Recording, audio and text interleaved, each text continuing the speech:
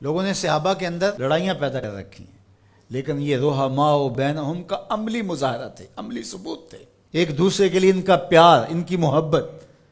حضرت علی المرتضیٰ اور حضرت سیدنا صدیق اکبر رضی اللہ تعالیٰ عنہ جا رہے ہیں کہ آگے امام حسن کھیل رہے ہیں، تو حضرت صدیق اکبر رضی اللہ تعالیٰ عنہ امام حسن کو اٹھا کر کے اپنے کندھوں پہ بٹھا لیتے ہیں اور ساتھ بولتے ہیں کہ اے حسن تو حضور کے مشابہ ہے، علی کے مشابہ تو نہیں ہے۔ اور حضرت علی المرتضیٰ رضی اللہ تعالیٰ عنہ تبسم کرتے چلے جا رہے ہیں، مسکراتے چلے جا رہے ہیں۔ ان کی تو محبت اور پیار کی کہانیاں تھیں۔ تو کہ نہ شناسی خفی راز جلی ہوشیار باش، اے گرفتار ابو بکر و علی ہوشیار باش۔ اقبال نے کہا تو خفی اور جلی کو نہیں جانتا، جو باریک جال بچھائے گئے ہیں سازشوں کے، تو ان سے آگاہ نہیں ہے۔ ابو بکر و علی کو آپس میں مقابل کھڑے کرنے والے سوچ اسلام کے خلاف گہری سازش ہے۔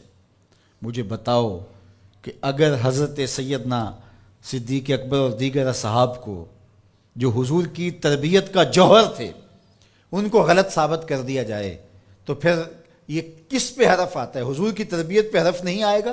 یہ سازش تھی اسلام کے خلاف۔ جو یہ بدقسمتی ہے کہ امت ان سے پیار کرنے کی بجائے آپس میں ان کے ناموں پہ الجھ رہی ہو اور یوں گروہوں میں، فرقوں میں تقسیم ہو کے رہ جائے۔ ایک کا پیار دوسرے سے دوری کا سبب بن جائے، یہ کیا ہوا؟ ماں سے پیار کرنے کا یہ مطلب نہیں ہے کہ باپ غلط ہے، اور باپ سے پیار کرنے کا مطلب یہ نہیں ہے کہ ماں سے نفرت کی جائے اور ماں سے دور ہٹ جایا جائے۔ ان کے اپنے اپنے فرائض ہیں، اپنے اپنے منصب ہیں۔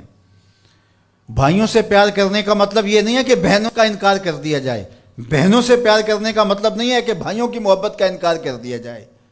اہل بیت کی محبت کا قطعاً یہ معنی نہیں ہے کہ صحابہ پر سب و شتم کیا جائے، اور صحابہ سے محبت کا معیار یہ نہیں ہے کہ اہل بیت کا نام سن کے چیں بجبی ہو جائیں اور چہرے کا جو ہے وہ رنگ بگڑ جائے۔ ہم صحابہ کو بھی مانتے ہیں، اہل بیت کو بھی مانتے ہیں، اس لیے کہ یہ دونوں مشکات نبوت سے پھوٹنے والی کرنیں ہیں۔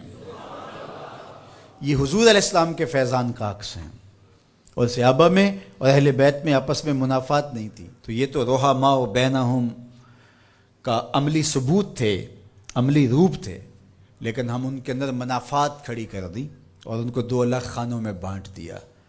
اللہ اکبر۔ کسی نے کہا کہ اہل بیت اور صحابہ ہماری آنکھیں ہیں، تو معترض نے کہا دائیں کون سی ہے اور بائیں کون سی ہے؟ اس نے کہا آنکھیں دائیں بائیں نہیں ہوتی، آنکھیں ایک ہی ہوتی ہیں۔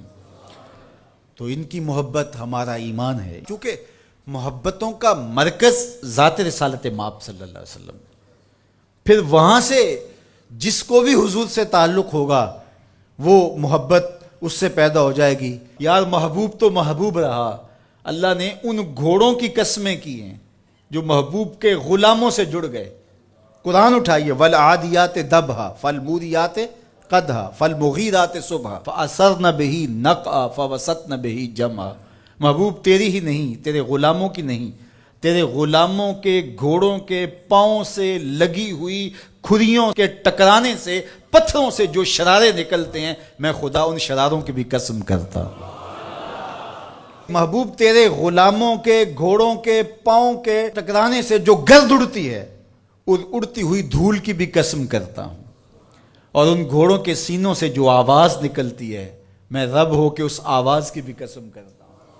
اور تم الجھے ہوئے ہو یہاں ابو بکر و علی میں۔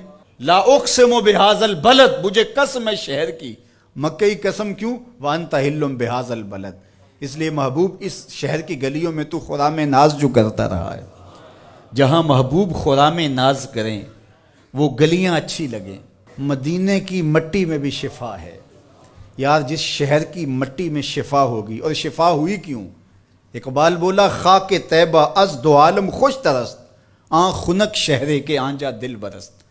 کہا کہ اس مٹی میں شفا اس لیے پیدا ہوئی کہ یہاں قدم حضور کے لگے، تو وہ ذرے خاک کے بھی شفا بن گئے۔ جن ذروں کو حضور کے شہر سے نسبت ہو گئی، تو جس کو جگر کا ٹکڑا کہا، اور جو مزار کا بھی ساتھی اور غار کا بھی ساتھی ہے، تو ان کی عظمت کیا؟ ہم ہوتے کون ہیں کہ ہم جو ہے وہ ان کی عظمتوں کو تولنے بیٹھ جائیں؟